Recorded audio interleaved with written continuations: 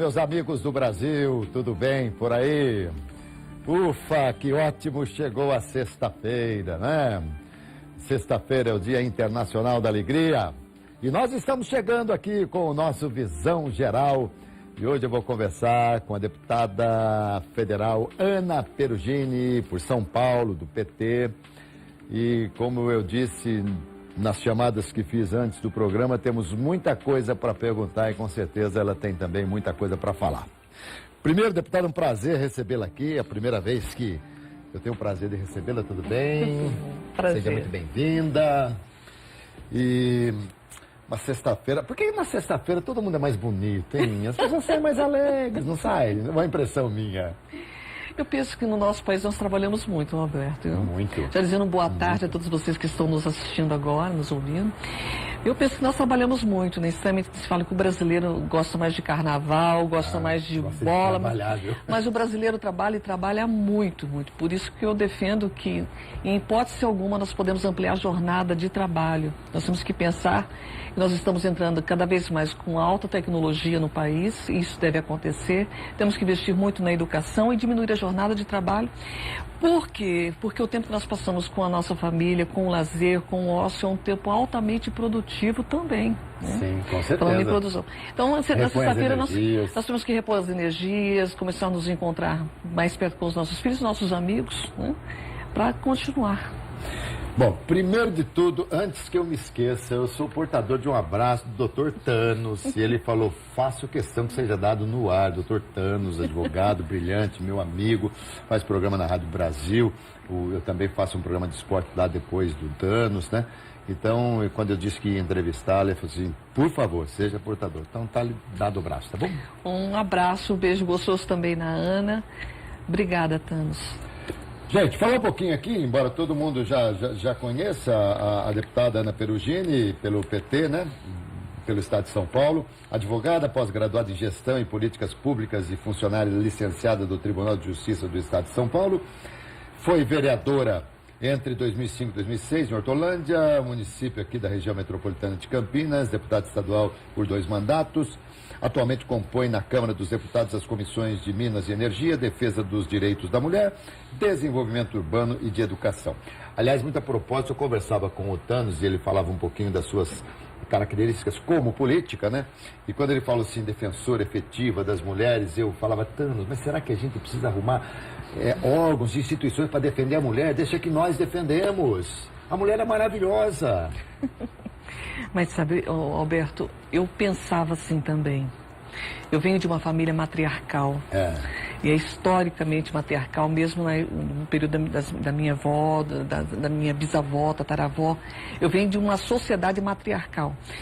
Quando eu ainda fazia faculdade de Direito, eu pensava, quando se colocou lá no artigo 5º da Constituição Federal, a igualdade entre homens e mulheres, mas por que precisa colocar algo que é óbvio? Sim. Mas não era óbvio de forma nenhuma, porque era só o abstrato de uma materialidade que não acontece na sociedade hoje. Não há igualdade entre homens e mulheres. Há um desrespeito a uma cultura perversa que oculta e naturaliza, principalmente naturaliza, uma violência rotineira contra a mulher. Então é importante sim que haja uma defesa dos direitos, desse chegar o direito à mulher. Aliás, esse advento da Lei Maria da Penha, que é uma legislação hoje, que é um exemplo de legislação para o mundo, ela vem desacortinar, ela vem desvendar, né, uma série de violências que a sociedade tinha como natural, inclusive entre as próprias mulheres. Então é importante sim fazer a defesa dos direitos das mulheres, porque nós vivemos uma sociedade de desiguais. Conte com o meu apoio, viu? Porque eu defendo assim a todo momento, pode ter certeza. Obrigada. Nós vamos voltar a falar desse assunto ainda, mas querida, você acaba de integrar a bancada da Frente Nacional de Prefeitos, né, da Câmara Federal. Aliás, o nosso prefeito de Campinas, Jonas Luzete, é o presidente da Frente Nacional dos Prefeitos. E eu queria perguntar, como é que é esse trabalho da bancada? Então, na verdade, são 73 cadeiras nessa frente. Eu recebi a indicação para que eu represente a cidade de Cosmópolis pelo prefeito do PT, o Pivato, que hoje é prefeito da cidade de Cosmópolis. Nós temos uma pauta no Congresso Nacional que diz respeito aos municípios. Todos nós sabemos que os prefeitos, né, os municípios têm enfrentado uma queda de receita acentuada e também um grau de dever cada vez maior que é passado passado para os prefeitos.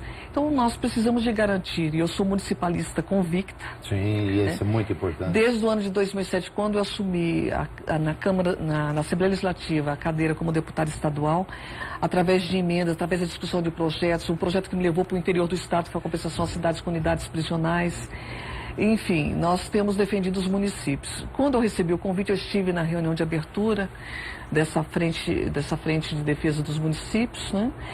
E nós fizemos um combinado. Nós temos o Luiz Lauro, que é hoje um coordenador da bancada de São Paulo, para que nós, integrando cada comissão, no meu caso, de desenvolvimento urbano, a Comissão de Minas e Energia, Comissão de Educação, em se tratando de projetos, né, que digam respeito aos municípios, se for prejudicial, que nós consigamos retirar, e se isso for importante para os municípios, que nós consigamos passar.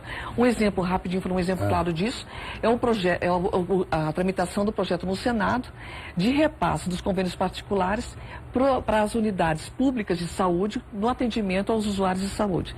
Nós temos um projeto que é de nossa autoria, que fala do repasse para o município do usuário, onde ele é atendido nos municípios. Sumaré muitas vezes não dá conta do serviço de saúde. E o usuário vai até a cidade, por exemplo, de Hortolândia atendido. O repasse do SUS tem que ser feito à cidade de Hortolândia. Claro. Então isso está tramitando, isso não diz respeito aos municípios. Então, Aliás, perdão, essa é uma das grandes reclamações quando os prefeitos vêm aqui, o secretário de saúde, eles colocam exatamente isso, que eles acabam atendendo muita gente da região metropolitana que não tem, que a cidade não consegue absorver. Aí tem duas coisas importantes a serem tratadas. Primeiro, nós vivemos numa região metropolitana, há uma promessa pela segunda vez consecutiva de um hospital metropolitano que pudesse atender. Depois a promessa que foi feita agora pelo governador nessa última eleição, que foi de um pronto-socorro metropolitano. O maior problema da saúde hoje é a porta de entrada, né? A porta aberta do sistema SUS, onde nós temos que atender, independente de ser de outro estado ou de outro município. Mas nós precisamos de garantir, no mínimo, que haja um atendimento emergencial para todos os usuários e o município que faz o seu dever de casa, o que é muito difícil em relação à saúde, que ele não seja punido, né, cada vez mais com uma receita cada vez mais crescente, sem haver um ressarcimento, mas que ele tenha um repasse do atendimento que foi feito. Deputada, a gente não consegue, evidentemente, hoje falar, dissociar o que está acontecendo no país com as coisas do nosso dia a dia. Uma coisa basicamente é consequência da outra. Eu quero perguntar, qual que é a sua opinião, por exemplo, porque a gente ouve muito falar, roubaram o dinheiro lá e falta dinheiro aqui para a saúde, e roubaram o dinheiro lá e falta dinheiro para a infraestrutura aqui. Eu perguntaria, à luz da realidade, se nós não tivéssemos corrupção, tudo estaria resolvido? A luz da realidade é que se nós pensássemos mais no outro que em nosso benefício próprio, de uma maneira até muitas vezes pouco inteligente, porque nós vivemos em sociedade, o mundo como um todo seria outro, né? A corrupção, ela é só um dos vícios que nós temos, né? Mas quando se trata do serviço público, a corrupção é um câncer. É um câncer que precisa ser exterminado, que precisa ser curado. É uma doença que precisa de receber cura. Para isso, as instituições, eu conversava agora há pouco, vindo para cá, com o Tavares, a respeito da Defensoria Pública, que é um órgão que precisa crescer, porque veio para fazer a defesa dos mais pobres. Aí logo lembrava que o Ministério Público também veio como uma instituição para promover a justiça. E promover a justiça muitas vezes não é condenar, né? Mas nós viemos de uma história do sistema de freios e contrapeso, onde o legislativo deve fiscalizar o executivo e o judiciário é o guardião da Constituição. Sim. E hoje nós estamos caminhando cada vez mais para as instituições sólidas e eu penso que um desvio que nós precisamos de corrigir é que eu não posso me autofiscalizar. Então nós precisamos de ter instituições que fiscalizem outras instituições e aí passando pelo Ministério Público, o Poder Judiciário, aí a Defensoria Pública, o Poder Legislativo, o Poder Executivo, para que essas instituições fortes consigam caminhar dentro da maior lisura, né? Por isso nós precisamos de leis e precisamos de ter bom senso, nós precisamos de sair do estado de ego, e pensar um pouco mais no coletivo. É mais altruísta, né? Na Frente Nacional dos Prefeitos, toda vez que eu trago um prefeito aqui, com raríssimas exceções, Eu brinco, falo, prefeito, o lenço já está embaixo da mesa para chorar, pode chorar à vontade e tal, né? Mas alguns vieram aqui e não choraram, hein? Dayatuba não chorou, Sumaré não chorou, que maravilha, né? Mas não chorou, mas mostrou uma realidade também, que não é lá essas coisas. Qual que é a maior reclamação? Qual que é o ponto nevrálgico aí dos prefeitos? Eles vão a Brasília e vão pedir o quê? Olha, Alberto, os prefeitos têm pedido para a infraestrutura, para a saúde, para a educação. Nós estamos com um problema grave, né, de receita. Eu tenho procurado atender, eu penso que o maior problema hoje é a saúde, né? Eu tenho procurado direcionar as emendas para a saúde, até porque isso traz um resultado de satisfação que é muito importante também. Então nós conseguimos agora a liberação dos 2,5 milhões que já estão na conta do CAISM para aquisição do equipamento de braquioterapia. Eu lembro que o CAISM me procurou no ano de 2014, falando a respeito da necessidade desses 2,5 milhões. E eles se surpreenderam, falando, 2,5 milhões, isso é possível, então vamos correr atrás. Então eu tenho que, inclusive, agradecer, porque para liberar o recurso, demanda uma rotina dos ministérios, né? Isso é liberar, deixa eu entender, é bom até para o povo entender, Sim. Porque às vezes a gente fala assim, olha, a deputada Ana Perugino conseguiu 2,5 milhões para o CAISM. Esse dinheiro, ele vem, olha, está aqui, 2,5 milhões na conta, ou tem que ser uma coisa que vem de uma maneira homeopática, ou de repente, quando chega, tudo que é comprado, tem que passar, tem que mostrar para o governo. Como é que é feito isso? Não é tão simples assim, não. Cada deputado tem um X valor, que não é um valor, não é um valor estático, porque há contingenciamento, diminuição, retiro. Mas, enfim, você tem um valor X, que são emendas impositivas, que você pode direcionar para uma coisa ou para outra coisa, né? No caso do CAISM, fiz direcionamento dos 2,5 milhões, que seria o suficiente para a compra do aparelho de braquioterapia, que é um aparelho que faz a radioterapia interna. Caso de câncer de endométrio, câncer de útero. Aliás, o trabalho do CAISM é uma coisa maravilhosa. O presidente, o superintendente, o doutor Luiz, vem às vezes aqui. Aliás, está chegando, né? Não é o Outubro Rosa? Sim. A gente vai falar do Outubro Rosa muito aqui na prevenção do câncer. Então, aí você faz a indicação, é aberto todo um processo para apresentação da proposta.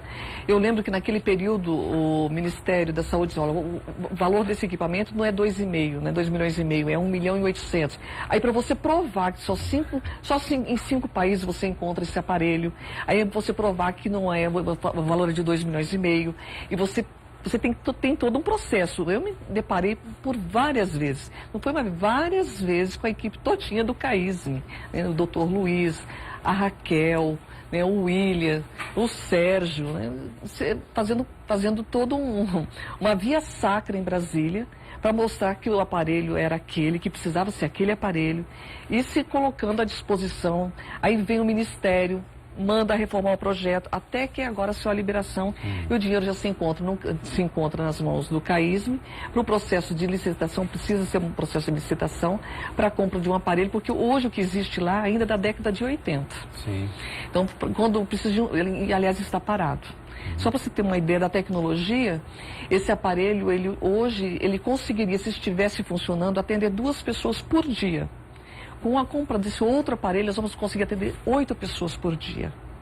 Muito bom. Então, nós precisamos ser mais ágeis, mas a verdade é que é uma burocracia muito grande para que haja liberação do recurso. Ainda na área da saúde, logo que você assumiu, Sim. Há tempos atrás, acho que você era deputado estadual, você propôs a vacina contra o HPV, não é isso? A vacina do HPV. Do HPV. Não foi aceita na oportunidade? Não, na oportunidade nós tivemos um problema, inclusive, com a área médica. Porque o exame de Papa Nicolau, ele detecta a presença do vírus do HPV, que está presente em praticamente 90% das lesões cancerígenas, né? No caso de câncer de útero. E não só câncer de pênis também, né? Agora, essa vacina já estava autorizada pela Anvisa e disposta nas redes privadas. Então, quem podia pagar, Sim. Desde o ano de 2006, tinha acesso a essa vacina. Então, nós começamos um movimento para que essa vacina fosse colocada na rede pública. Aí, qual que era o empecilho? 3 doses, o custo da dose na época, R$450 cada dose. Alto custo para que nós pudéssemos colocar na rede pública. Aí, nós fizemos toda uma defesa, que, ainda que fosse 3 vezes mais esse valor, se nós pudéssemos evitar que uma mulher adquirisse câncer de útero, infinitamente o custo seria menor para o Estado. Olha o custo para se fazer o tratamento de um câncer de útero, né? Então nós começamos todo um trabalho em relação a isso. Aí eu lembro bem de quando foi eu estava num encontro com o ministro, na época o ministro de Saúde, e comentei com ele que eu tinha absoluta convicção, que se fosse contra o câncer de próstata, não se olharia o custo disso, né? E eu lembro que mais tarde eu encontrei com o ministro no encontro na cidade de Bauru, e falou assim, olha, a vacina do HPV vai acontecer. Vai acontecer. E hoje até os meninos estão sendo vacinados. Sim, até os meninos. E nós continuamos pleiteando que as mulheres, né, com as mulheres até 29 anos possam também se vacinar, porque você pode não ter tido contato com o vírus do HPV, mas você pode ter esse contato a qualquer tempo de sua vida, né? E tomando a vacina você fica imune, nós com certeza podemos erradicar o câncer de útero, né, no futuro aqui no Brasil. Nós temos tantos assuntos, aliás, você sabe da competência do seu assessor Tavares, né? Eu vi a pauta que eu falei, não vai dar tempo para tudo isso. Não, eu falei, não dá. Mas é muito bom, o nosso programa, quando fica faltando espaço para falar, é uma delícia e dá a oportunidade que a gente possa trazer novamente para a gente conversar contigo. Nós vamos falar de tráfico de pessoas também, que é uma coisa muito interessante, mas deixa eu fazer uma pergunta aqui que está aqui, eu preciso perguntar. Sim, pois não. O que é mais forte hoje no país, a legenda ou o político? Eu acredito que ainda a cultura do político. Nós temos hoje no Congresso Nacional, hoje, 28 partidos, né? Eu lembro até que quando eu ingressei, porque eu fui para o Partido dos Trabalhadores na década de 80, precisamente em 1983. Quando eu fui candidata em 2004, porque eu sempre ajudei as pessoas, né? Falei assim, vou ajudar para as 13 mulheres a serem candidatas, sempre muito envolvida na organização das campanhas. Mas quando me chamaram para estar candidato pela primeira vez, e eu falei assim, nossa, Ana, você vai fazer uma confusão com essas letrinhas, né? Isso você que está no meio, você assimila rápido. Mas o povo, de uma maneira geral, não assimila. São muitas siglas partidárias. Eu acredito que nós temos partidos grandes e evidentes, como o PMDB, o PSDB, o PT, né? E outros partidos que estão em ascensão. Mas agora com tanto envolvimento, e de todo lado, não é do PT, do PMDB, nós temos de todos, né, do PSDB, tudo isso. Eu acho que os partidos, as filosofias estão caindo por terra. E a gente cada vez mais vai votar em pessoas e cada vez menos vai votar em partidos. Mas eu acredito que para reforçar a democracia nós precisamos nos valer das instituições. E os partidos são instituições. E as instituições precisam de ter regras muito claras. Eu sou membro da executiva estadual do partido e disse ao Luiz Marinho, que é o presidente estadual do partido, numa reunião nossa do executivo, nós precisamos de nos ater mais a quem entra no partido, qualquer vida privada dessa pessoa, o que ela tem, o que ela constitui com o seu salário. Né? Nós precisamos de ter esses distribuir lá cuidados. as fichas de cadastro. Eu acredito que nós estamos no momento de aprimoramento da sociedade. Nós vivemos num estado de... nós vivemos eu não gosto muito dessa frase, mas é verdade, nós estamos num momento de autodestruição, né? De autodestruição. E nós precisamos de evoluir. Nos momentos de crise nós precisamos de evoluir, não evoluir. Então, há uma crise institucional, vamos melhorar, vamos ver onde está o erro e vamos caminhar, mas não retroagir, porque eu acredito em instituições fortes. A minha defesa em relação à democracia. E a gente falou assim no finalzinho do bloco, deputada, sobre tráfico de pessoas. Quando a gente fala em tráfico de pessoas, até por conta de algumas novelas que passam por aí, a gente imagina pessoas que são capturadas, que são sequestradas e levadas para a prostituição, essa coisa toda. Mas não é coisa muito, muito maior do que isso, né? Não. O tráfico de pessoas existe no nosso país, há o tráfico internacional, pessoas que saem do país sob a promessa de trabalho, sob a promessa de ter uma vida melhor e depois têm os documentos subtraídos e são obrigados a trabalhar numa situação de escravidão. Eu comentava contigo agora há pouco, no intervalo, da notícia que nós tivemos agora recentemente na Grã-Bretanha, onde foram liberadas 4.000 pessoas em estado de absoluta escravidão. Então são pessoas que estão numa situação ilegal no país e trabalhando sem nenhuma remuneração, em casas de prostituição, né? Em fábricas, como nós tivemos aqui a notícia há pouco tempo da Zara, né, que usava no nosso país também, nós também temos pessoas que trabalham em estado de escravidão aqui. Então, nós tivemos um encontro que foi feito aqui na Câmara Federal, com a Priscila Siqueira, que é uma ativista, o Berry, que é o representante na Inglaterra do combate ao tráfico de pessoas, a Rosa, que também faz um trabalho belíssimo na prevenção contra o tráfico de pessoas lá no Distrito Federal em Goiânia, e nós conversamos sobre uma rede e estranhamente nós tínhamos estudantes também da UNB. E há uma moça que está fazendo o seu TCC e ela fez um questionamento, nós já vimos também, por que na nossa legislação o tráfico de pessoas não é crime hediondo? Aí nós teve uma CPI no ano, não é crime hediondo, né? Você traficar animais em extinção é crime hediondo. Aí tem uma banalização de crimes hediondos no nosso país. Isso é verdade. Nós temos leis, uma série de leis, parece que tudo vai se resolver com punibilidade. Mas traficar pessoa não é crime hediondo. E ela levantou, né? Ela levantou esse questionamento, nós já havíamos verificado. Eu pedi para vocês, mas vocês têm certeza? E não é. Aí o padre Luiz Couto, que foi vice-presidente da CPI, do tráfico de pessoas no ano de 2012, na Câmara Federal, ele falou a respeito de um projeto de lei que foi levado no ano de 2013 e que não conseguiu tramitar na casa. Então nós estamos buscando isso. O defensor público, doutor Leonardo, que estava presente na reunião, falou que a Defensoria Pública não faz parte do CONTRAFIC, que é o conselho que trata do tráfico de pessoas hoje, junto ao Ministério de Justiça, não faz parte, que era importante que também a Defensoria Pública, que faz a Defensoria dos mais pobres no nosso país hoje, também tivesse uma cadeira nesse conselho. Nós entramos já com um pedido para que esse vício fosse sanado. E nós estamos elaborando uma cartilha de prevenção e a Comissão de Direitos Humanos vai nos acompanhar no local onde Rosa trabalha hoje para falar e verificar a situação do tráfico de pessoas também naquela localidade.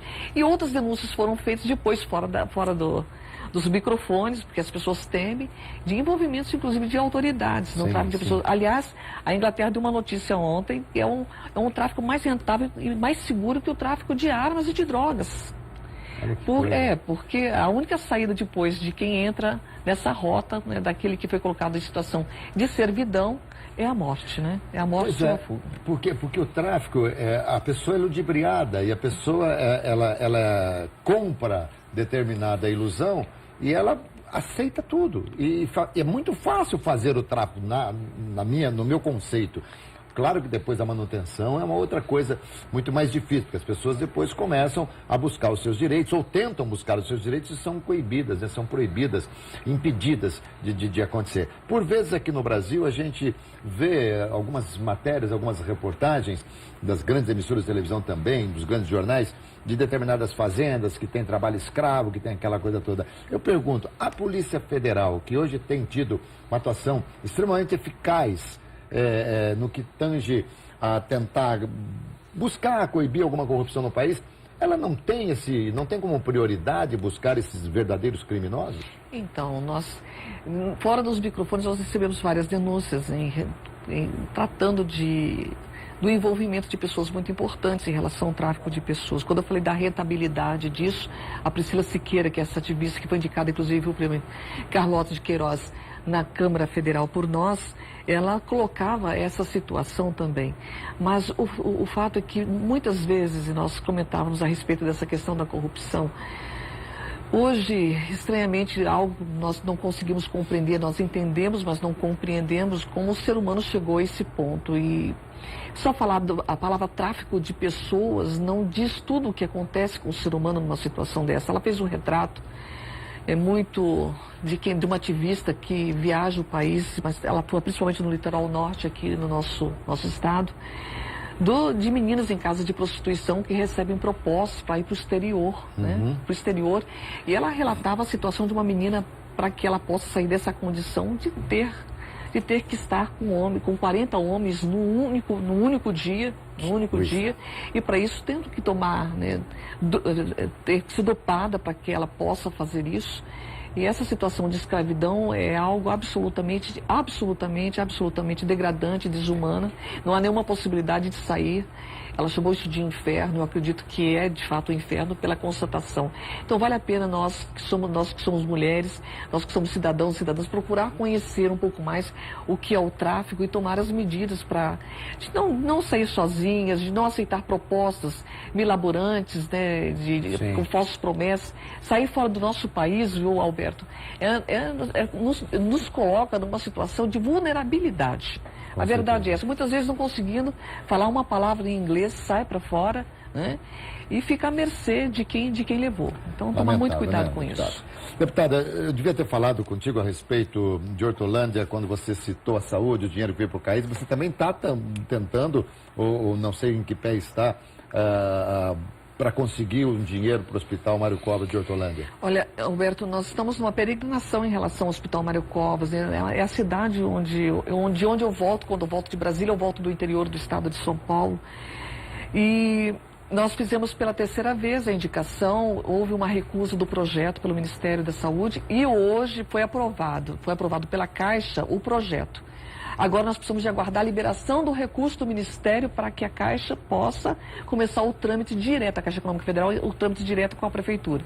Assim dizer, falta isso, adicione esse documento, tire esse, porque o projeto agora foi aprovado. Essa informação é de hoje, né? Então nós estamos acompanhando, estivemos no penúltimo dia 11, conversando com o prefeito da cidade de Hortolândia, o Ângelo Perugini, para que houvesse uma agilização e uma força-tarefa, porque aquilo que eu lhe disse, né, é uma peregrinação, um calvário que nós enfrentamos para que nós possamos fazer a liberação de menos absolutamente justos, principalmente quando se diz respeito à construção, e o Hospital Mário Covas precisa ser reformado. Nós temos um corpo médico bom, mas nós precisamos de reformar a estrutura do hospital. O hospital, a higienização também. E a situação em que se encontra o hospital, inclusive, foi vista pelo Ministério da Saúde. Agora, cabe ao Ministério da Saúde a sensibilidade de quem já conhece o hospital também fazer a liberação. Quando vem ao estado de São Paulo, quando vem para cá, a deputada mora em Hortolândia. Mora em Hortolândia. Mas nasceu no Espírito Santo. Eu sou capixaba. Eu vim do Espírito Santo, eu tinha 7 anos de idade. Nasceu em Cariacica, é isso? Nasci em Cariacica. Na época, Cariacica era distrito de Vitória. Né? Eu lembro ainda, quando eu olhei para trás, aí ficou na minha memória aquela rua, né? A rua lá de casa, né? Eu lembro do número 14 na parede, assim. Eu saí de lá com muita dor no coração, né? E ainda volto lá. A gente sente saudade da terra natal da gente, sim. Você sabe que eu sou muito ligado ao esporte, trabalho no esporte há muito tempo. Eu fui narrar um jogo na Bahia uma vez, envolvendo a equipe do Vitória, e eu estava lá e eu falei assim, aqui em Salvador, o Vitória da Bahia. Aí um cara, opa, não é Vitória da Bahia não, é só Vitória, porque você pode falar Vitória do Espírito Santo, que o da Bahia é só Vitória. Mas então tá bom, não vamos brigar. Lá é o estado de Engenheiro Araripe, era, não me lembro, em Cariacica, se você não se recorda, né? Mas olha, que revanchismo, não? Sei que coisa. Não admitir, porque para eles lá, na Bahia, assim, Vitória é Vitória. Você não precisa falar que é da Bahia, porque se você tiver que identificar, exemplificar alguma coisa... Então é do Espírito Santo. Mas eu sou muito grata a Deus por ter vindo para São Paulo. E eu não sabia que eu ia ter a vida que eu tenho hoje. E eu não vim morar imediatamente em Hortolândia. Eu morei em Itapeva, morei em Itaguaí, Valparaíso, né? Jundiaí, né? Até chegar a cidade de Hortolândia. Eu fui peregrinando. Então, uma menina que passava mal quando entrava dentro do circular, teve que aprender a viajar 16 horas, logo criança, e depois passou a vida toda viajando. Acho que Deus vai preparando a gente de uma maneira ou do outra. A sua história familiar de seus pais faziam o quê?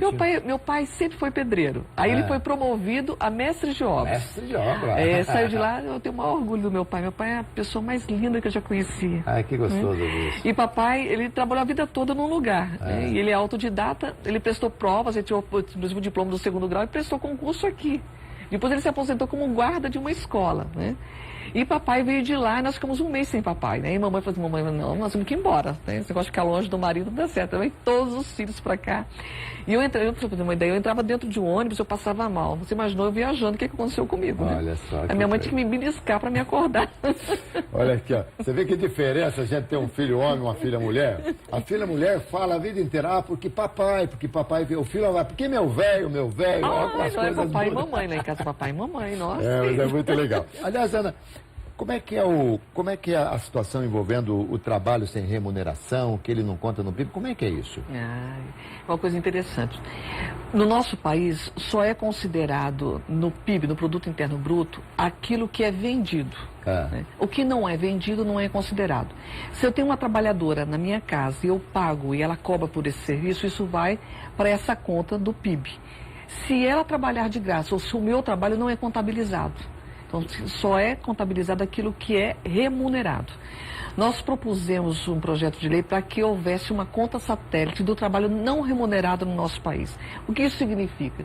Significa contabilizar no Produto Interno Bruto o trabalho de 90%, que é 90% exercido por mulheres.